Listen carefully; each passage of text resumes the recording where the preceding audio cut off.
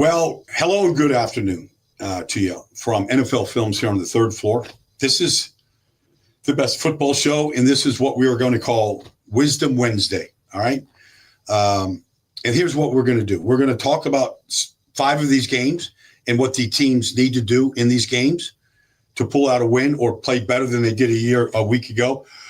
I've just selected 5. Let's get to it. Now, this is the best football show. You can find this by downloading your free Odyssey app.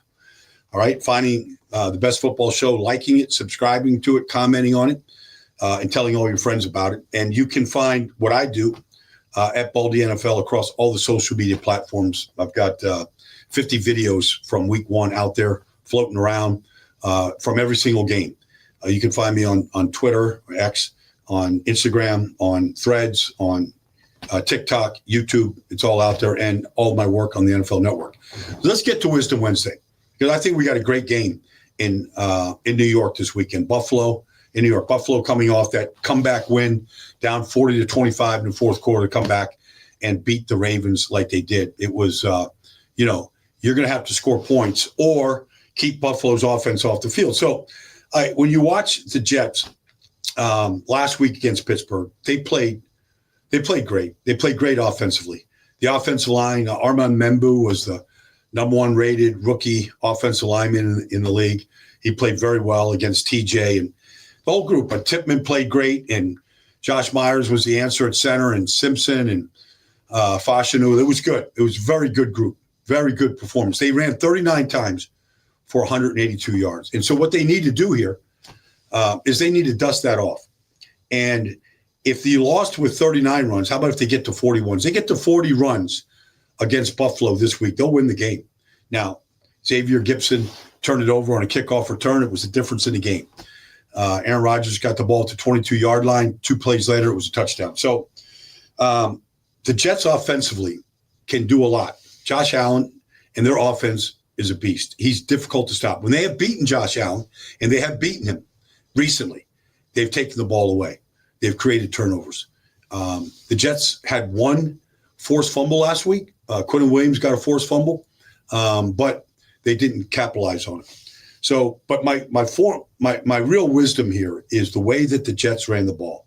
They ran it with quarterback option. They ran it with 2 backs in the backfield and Braylon Allen and Breece Hall. They ran it with Breece and 2 tight ends.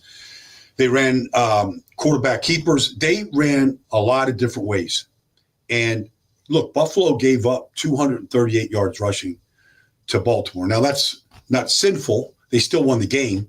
And that is Lamar Jackson and Derrick Henry. And the Jets aren't that, but they're very good. Breece Hall looks like he did his first and second year in the league before he tore his ACL.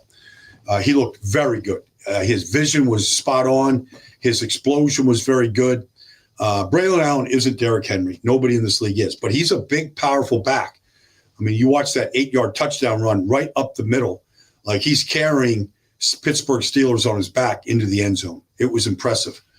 So, like I could get a little bit further in the wisdom and just say, the Jets gave up 3 big plays in that game that were because of, broken assignments. And they've got to clean that up, and they got to clean the penalties up. 7 penalties for 74 yards. I'm sure Aaron Glenn is ticked off about that. But there were so many good things by the Jets. So this is a division game, first division game for either team. Those go a long way sometimes when you win the game. They counts as 2 tiebreakers, anything that might happen later on.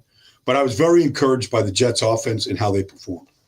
Let's go to my next game, Cleveland and Baltimore. Cleveland should have beaten Cincinnati last Sunday. They lost 17-16, but honestly, they totally outplayed Cincinnati. If Cleveland could have made kicks and caught the ball, they would have blown Cincinnati out. Cleveland defensively, they played great. They really did. I mean, it was the rookies, Mason Graham and Carson Schwessinger was good. Myles Garrett took the game over in the fourth quarter. He was relentless. They were really, really good. Schwartzy called a great game. But gosh, Jerry Jeudy dropped balls and Cedric Tillman dropped balls. The only guy that caught everything was Dylan Sampson, the rookie running back, who was the one. And look, there was 2 bright spots on offense. It was Joe Flacco played great. Didn't look 40 at all. Made one great throw after another. and Dylan Sampson caught everything that they threw at him and was their leading receiver. Now, maybe they get Quinshon Judkins in this week. I don't know if he's ready to go or not, but they drafted 2 rookie running backs for a reason. They wanted fresh legs. Sampson was their best offensive player after Flacco. But, even at the very end of the game, the ball was dropped and it's intercepted. Both interceptions were off drops that Joe Flacco threw last week. Both of them were in the hands of his receivers and went through the hands and into the arms of the Cincinnati Bengals. So catch the ball, make your kicks. I mean, that's not too much to ask. Get on the jug machine, and your kicker's got to make extra points, and he's got to make field goals that are there to be made. If you can't make those kicks, you got to get a new kicker. It's just that simple. So I'm encouraged by what I saw from Cleveland. And Baltimore, look, they had that game wrapped up, obviously. But that 3 and out at the end of the game, they didn't go for it on 4th and 3. I don't have a problem with that deep in their territory. But, you've been able to do whatever you wanted to do all game. In crunch time, when you needed, 2 first downs to win the game, they couldn't get it. So, they got some work to do as well. Okay, the Giants traveled to Dallas. I saw the Giants play Washington last week, and I know that Brian Dable is staying with Russell Wilson, and I get it to some degree.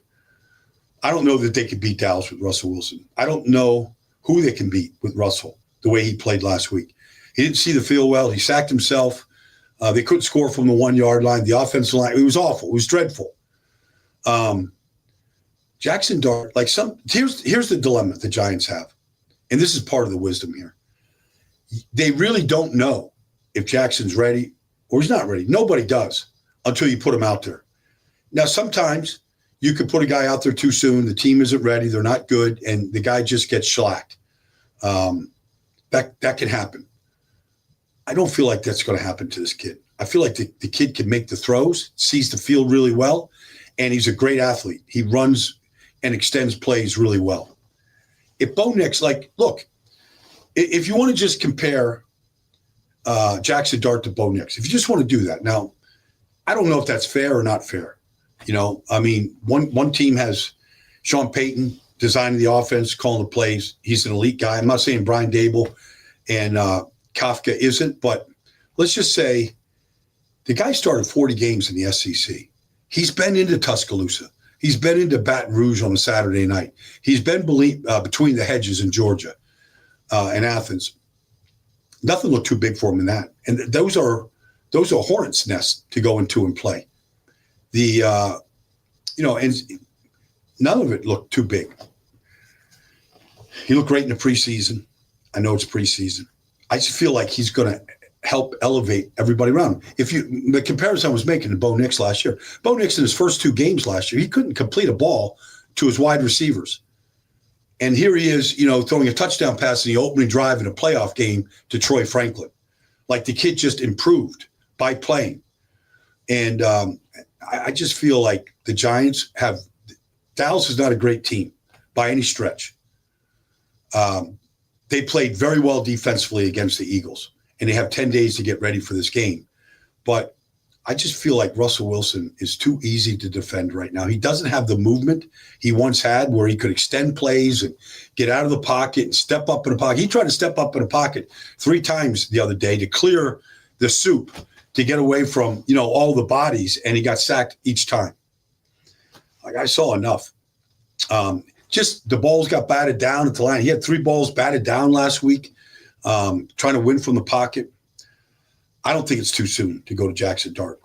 And if he comes off, I was told that he might get on the field last week against Washington. At the very least, I believe he needs to get on the field. I remember when Donovan McNabb was drafted by Andy Reid and the Eagles, Joe Banner, in 1999. And they brought in Doug Peterson to be the starting quarterback, and he did start the first 5 or 6 games. But they played Donovan in those games. They gave him a series. They gave him some time. I believe you got to get at least Jackson Dart in the game, see what he does. And if he does well, you just keep him in the game. And if he doesn't, you go back to Russell. But just give him a package. Just see if things change. Because it was hard. It was hard to watch last week, and it was even worse to study. All right, let's go to Denver and Indy. Denver's defense was phenomenal. They held Tennessee to 133 yards, and honestly, Cam Ward played well. I mean, they dropped some passes on him, and he threw the ball on rhythm and timing and hit his back. I mean, he was impressive the way he played the game. Now, they didn't do enough, but they got 3 takeaways, and they got some extra at-bats. All right. Denver's offensive line came to work in the fourth quarter, and they started running the ball a lot better, and they looked better at the end. But let's look at Indy here, because Indy had Miami shut out deep into the fourth quarter, 30-0, before Miami could put anything together. And Lou Anarumo is engineering that defense right now. So I feel good about that. But the key to Indy was, yes, they got the 3 takeaways in the first half. But I thought Daniel Jones played the best game I've seen him play maybe ever. And what it was a great job of game planning by Shane Steichen and play calling by Shane, because they really simplified what Daniel Jones had to do. Like, it was really like paint by numbers. It's either you go here or you go there. Like, it was just declarative. And when Daniel Jones has a clean picture and he can just not think about it, not try to read complex coverages, but they've already done that work for him with the play design and the formation, he was outstanding. And Tyler Warren is a great target.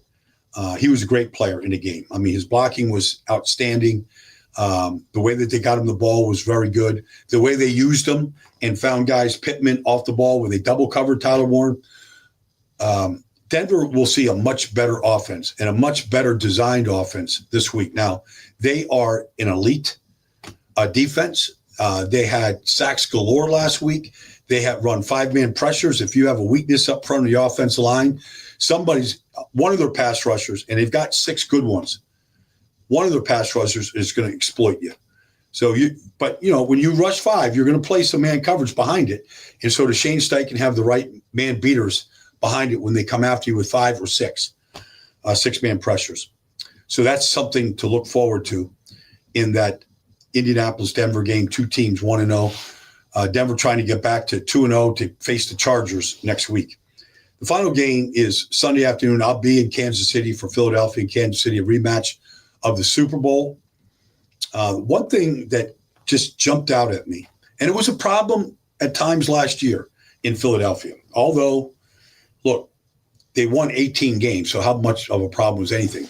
Look, last week, the Cowboys shut down Saquon Barkley. So it was a lot more on for, I thought, Jalen to do. And Dallas blitzed them with some single blitzes off the slot 3 different times. And all 3 times, they were effective. And on the 3 times, Philadelphia had a hot read. In fact, one time, Saquon Barkley is clapping for the ball. And Jalen, here comes Trayvon Diggs off the edge and didn't have an answer for it, didn't feel it, didn't see the hot read to Saquon. Another time, Deron Bland came off the slot, and there was A.J. Brown waiting on the ball on a hot read, and Jalen didn't see him. All right, he missed a few. They won 24-20, no harm, no foul, nobody say anything. I'm just saying, I saw Spags last week get to, in Brazil, Steve Spagnuolo. I saw him get to Justin Herbert quite a few times and get him down with some really clever blitzes, different type of pressures. And so that's what they are. That's what Spags does. That's how Kansas City plays. So it's going to be interesting to me to see how Philadelphia handles the pressures. Now, Super Bowl, it really didn't get to that. Saquon ran good. They were up 34-0. They got the pick 6. The thing steamrolled. I don't expect Kansas City to play like that. But I do expect Philadelphia to do a better job of handling the pressures that Spags throws at Jalen Hurts and this offense, and to test. You're going to have a new left guard in there. You got a different right guard than the Super Bowl. And it's a different year. You might have a new running back in there in Tank Bigsby, who they just traded for. There'll be no Will Shipley. So, maybe it's A.J. Dillon and Saquon, but, it might have some new pieces in there. So, can they work harmoniously together? So that's just something to look for when Spags does blitz, because he's going to blitz, and it could be from anywhere on the field, any down and distance. He's got a package. How does Philadelphia handle it? And does it lead to sacks, turnovers, missed opportunities? Or, there's a lot of quarterbacks in this league that are dying to be blitzed because they know there are big plays waiting to be had. So that's my bit of Wisdom Wednesday for the Eagles and everybody else that I just mentioned. Thanks for joining me, everybody. I'll be here tomorrow kind of previewing the big Thursday night matchup between Green Bay and Washington. Should be a doozy. Two really good teams and a couple other games on the slate. And any other news that breaks, we'll be talking about it tomorrow. Thanks for joining me, everybody, right here on the Best Football Show.